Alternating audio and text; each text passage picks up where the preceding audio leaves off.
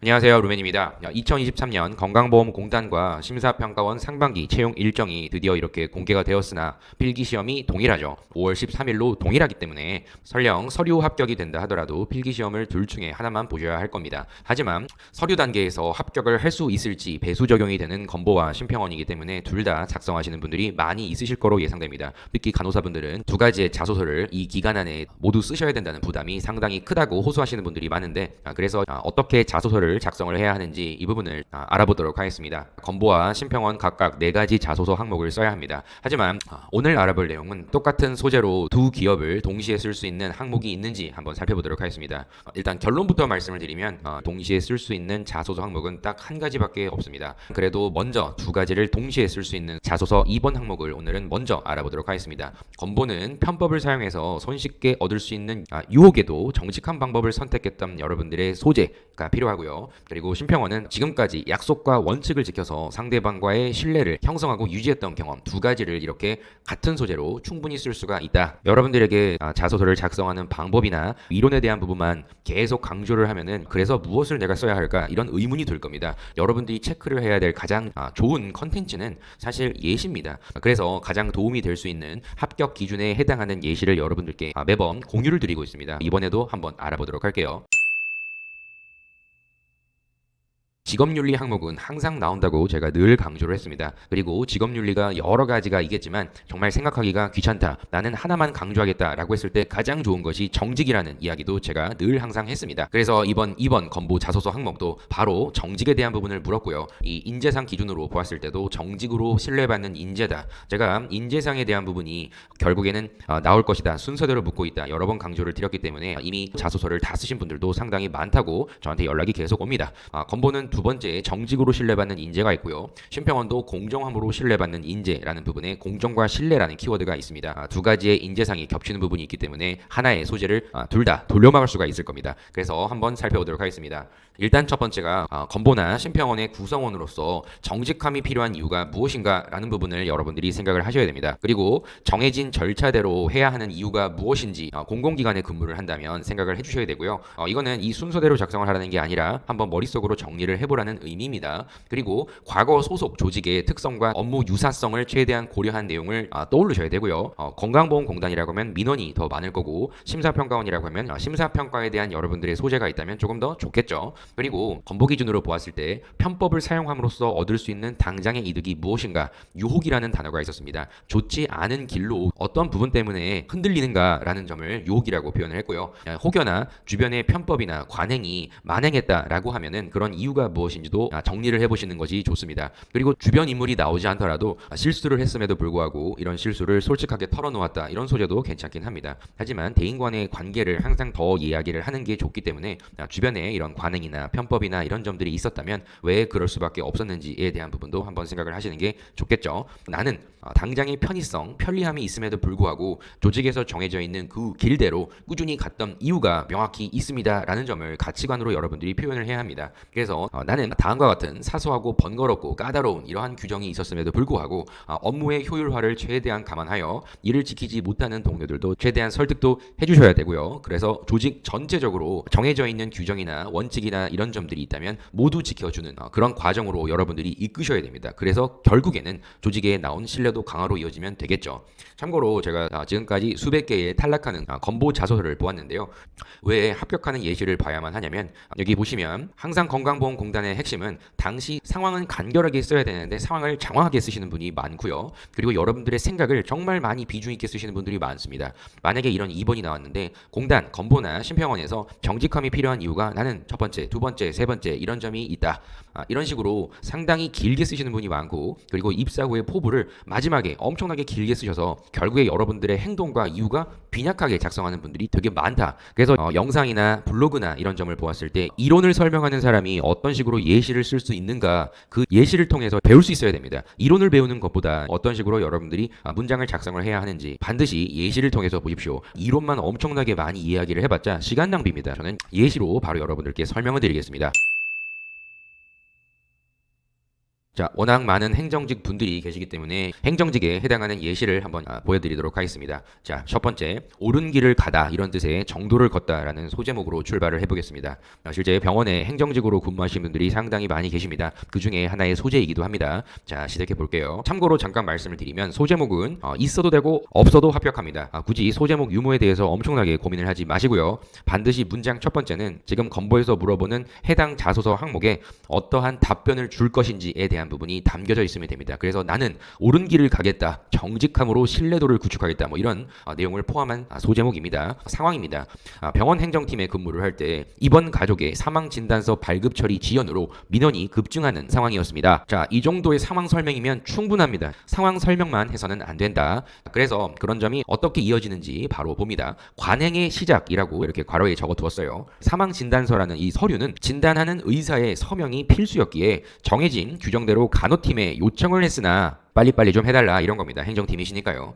요청을 했음에도 당직의가 바쁜 수술 일정을 핑계로 간호사와 행정팀의 논의하에 대리 사인으로 빠른 행정 처리를 하자, 이런 의견과 분위기가 지배적이었습니다. 당시 상황이 지금 이렇게 흘러가고 있습니다. 하지만 해당 진단서는 특정인의 사망 사실 유무를 증명하는 중요한 서류로 병명에 따른 모호함으로 보험 처리 과정상의 지급 거부 사례가 분명 존재한다는 사실을 나는 알고 있었던 만큼 아무리 문제가 없는 서류라 하더라도 이런 잠깐의 편의, 이런 선택으로 추후 불거지는 조직 내의 심각성을 인지하고 있었습니다. 조직의 리스크를 인지하고 있었다라는 점을 이어가고 있습니다.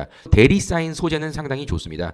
행정직 분들이라고 하면 어떤 학교 행정팀에서 교수의 대리 사인, 상관의 대리 사인 등등 이런 소재는 정직함으로 표현하기가 상당히 좋습니다. 이 소재를 왜 갖고 왔느냐? 아까 이런 병명에 따른 모호함으로 보험 처리 과정상의 지급 거부 사례가 있다라고 얘기를 했죠. 그렇기 때문에 여기에 대한 판례입니다. 다음과 같은 이러한 대리 사인을 아무 일도 일어나지 않는다라고 해서 누구나 쉽게 사망 진단서를 원하는 분께 제공을 해준다면 일어날 수 있는 다음과 같은 이런 모호한 상황이 발생하는 겁니다. 이런 사건들이 있으니까 한번 참고로 여러분들이 스탑하고 한번 쭉 보십시오. 이거는 블로그에 본문으로도 있으니까 링크 제가 댓글로 달아둘게요. 보십시오. 지금 자소서가 더 중요하기 때문에 계속 이어가 보도록 하겠습니다. 행동을 구체적으로 작성해라 라고 제가 말씀드렸죠. 따라서 이제부터 내가 했던 행동이 구체적으로 표현이 됩니다. 자, 따라서 담당 의마다 근무 일정을 일일이 파악하여 사망 선언 당시 사전 서명 방식을 제안하여 빠른 협의점을 만들고자 하였고, 왜냐?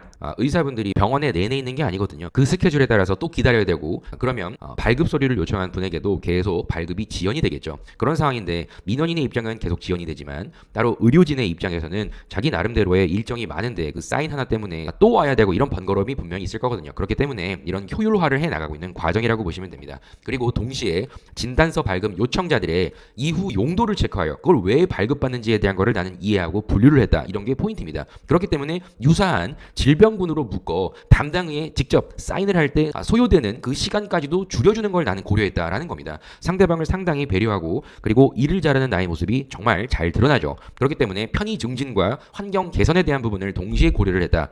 환자뿐만 아니라 같이 일하는 동료들까지도 나는 이런 식으로 고려를 했다라는 겁니다. 물론 큰 병원 같은 경우에는 이러한 점들이 대부분 간호사가 하실 겁니다. 하지만 작은 병원 같은 경우에는 행정팀에서 하기도 합니다. 그래서 이로 인해서 의사마다 기존의 재방문의 번거로움이 줄어 바로 이렇게 협조적인 태도를 이끌어낼 수가 있었고, 간호팀에서도 사망간호 점검표에 해당 내용을 추가하며 원내에 발생 가능한 위험 요소를 최대한 없애자는 병동 내 인식의 변화가 나타나기 시작했다. 이런 점까지도 나의 행동으로 펼쳐진 다음과 같은 영향력을 이렇게 구체적으로 작성을 해뒀습니다. 그리고 건보는 민원입니다. 무엇보다 사망 진단서 발급으로 인하여 내원하는 보호자들, 보통 보호자분들이 이런 서류를 발급하러 대부분 오시기 때문에 이런 보호자 숫자가 감소를 하게 되면 행정직 분들은 업무량이 줄어들 겁니다. 그래서 이런 내원하는 민원인들의 요청 건수도 보호자들의 숫자도 줄어들었고, 민원 발급 서류를 요청하는 다음과 같은 번거로움을 최대한 없앴다라는 점으로 인해서 연말에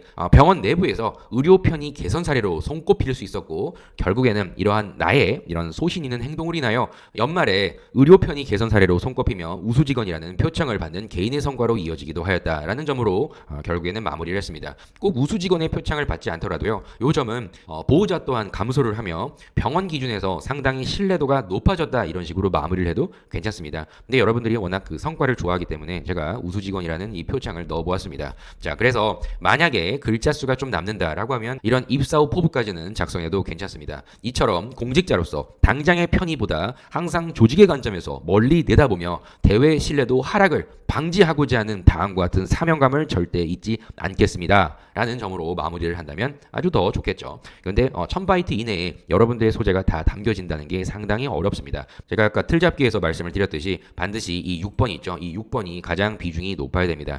최대한 1000바이트 중에 500바이트 이상은 차지를 하셔야 되는데 상황만 많이 설명한다든지 정직함이 왜 필요한지 논술처럼 쓴다든지 이런 점은 지양하시는 것이 좋습니다. 그래서 2번 소재를 먼저 알아보았습니다.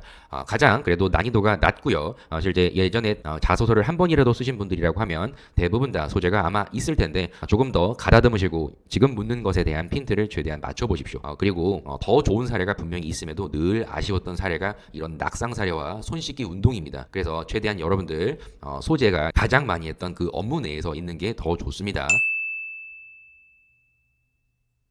건강보험공단만 쓰실 분들은 지금 영상을 나가셔도 괜찮습니다. 하지만 심평원을 쓰실 심사직 분들이라고 하면 다음처럼 돌려막는 법을 한번 알아보도록 하겠습니다. 자, 심평원은 지금까지 약속과 원칙을 지켜서 상대방과의 신뢰를 형성하고 유지했던 경험입니다. 그래서 동일한 소재를 한번 바로 가보겠습니다. 참고로 심평원 같은 경우에는 과거에 6개의 자소서 항목을 써라, 10,000바이트까지 써라까지 갔던 적이 있습니다. 가장 힘들게 하는 기업 중에 하나인데 이번에는 웬일로 건보와 필기시험을 동일하게 했다는 이런 점이 좀 밉상 이긴 하지만 자소서의 글자 수는 500자로 지금까지 제가 봤던 중에 가장 적습니다. 그러다 보니까 500자에 최대한 여러분들의 소재를 담아내는 게 중요하거든요. 어떤 식으로 작성을 해야 하는지 방금 보셨던 소재를 동일하게 똑같은 소재로 이번엔 간호사 심사직의 기준으로 변형해 보겠습니다. 자, 전달하고자 하는 포인트는 똑같습니다. 조직 내의 원칙을 지키고 더 나은 업무 효율화를 만들어 고객과 동료들 간의 이런 끈끈한 신뢰도를 만들겠다. 그것이 조직의 신뢰도 향상으로 이어질 것이다. 소제목부터 보면요. 소신으로 만든 조직 신뢰도 강화다라는 점으로 자소서를 이어가 보도록 하겠습니다. 500자가 짧기 때문에 다 쳐낼 거는 쳐냈습니다. 자, 병동 간호사 근무 시에 당직기에 바쁜 수술 일정으로 사망 진단서 상에 대리 사인 요구가 종종 있었다. 소재는 똑같죠. 물론 이는 의료진의 업무 집중도 향상으로 이어지기도 했지만 해당 진단서는 특정인의 사망 사실 유무를 증명하는 중요 서류로 보험 처리 과정상의 법적 공방이 발생할 수 있는 중대한 문제였고 간호사마다 업무 편의에 따라 발급 순서도 뒤죽박죽이 돼서 불필요한 민원 또한 발생하곤 하였다라는 점으로 문제를 제기했습니다. 그래서 바로 해결 방식이 이어집니다. 따라서 담당 의마다 근무 일정을 일일이 파악하여 사망선언 당시 사전 서명 방식을 제한하여 의사마다 기존 재방문의 번거로움을 줄이고자 하였고 진단서 발급 요청자들의 이후 용도까지 체크하여 유사한 질병군으로 묶는 편의를 제공함에 따라 상호 협조적인 반응을 이끌어냈다. 의사들이 편하게 했다 이런 거죠. 같이 일하는 동료니까요. 결과적으로 이런 내부적으로 사망 간호 점검표에 해당 내용을 추가하며 조직 내의 위험 요소도 줄일 수 있었고 최종 발급을 행정팀으로 이관하여 전까지 발생했던 민원인들의 발급 처리 지연 불만 또한 신속하고 공정한 의료 행정 처리로 이런 민원을 감소시켰으며 환자들 간의 신뢰도 또한 더욱 강화될 수 있었습니다. 라는 이 흐름으로 짧고 굵게 500자를 모두 마무리를 했습니다. 이런 식으로 건보 2번 항목을 심평원의 2번 항목으로 돌려막을 수가 있다. 참고로 하십시오. 그리고 지금 보이는 이 예시도 작년 상반기 건보 자소서 2번 항목입니다. 정직으로 만든 긍정적인 변화다라는 부분으로 이렇게 약 1000바이트 기준으로 예시를 여러분들께 보여드리니까요. 블로그에서 참고로 보시면 됩니다. 그래서 오늘은 가장 여러분들에게 쉬운 자소서인 2번 항목부터 가이드를 드렸습니다. 다시 강조드리지만 이력 사항을 먼저 경력, 경험, 기술서로 정리를 하시고 그 안에서 어떤 소재로 여러분들이 표현을 할지를 최대한 고민하고 작성하시는 게 중요합니다. 자소서는 이론이 그렇게 중요하지 않습니다. 여러분들 직접 써보시고 고쳐보고 그리고 최대한 물어보는 그 질문의 핀트에 맞춰서 수정해 가는 과정 속에서 자소서가 완성이 될 겁니다. 길게는 누구나 쓸 수 있습니다. 하지만 1000바이트 이내로 줄이는 게 상당히 중요할 겁니다. 그래서 이번 건보 상반기 자소서 첫 번째 일부로 영상을 촬영해 보았습니다. 그럼 다음 영상에 또 어떤 식으로 소재를 선택하고 써야 하는지 자세하게 예시와 함께 알아보도록 하겠습니다. 그럼 다음 영상에서 뵙도록 하겠습니다. 감사합니다.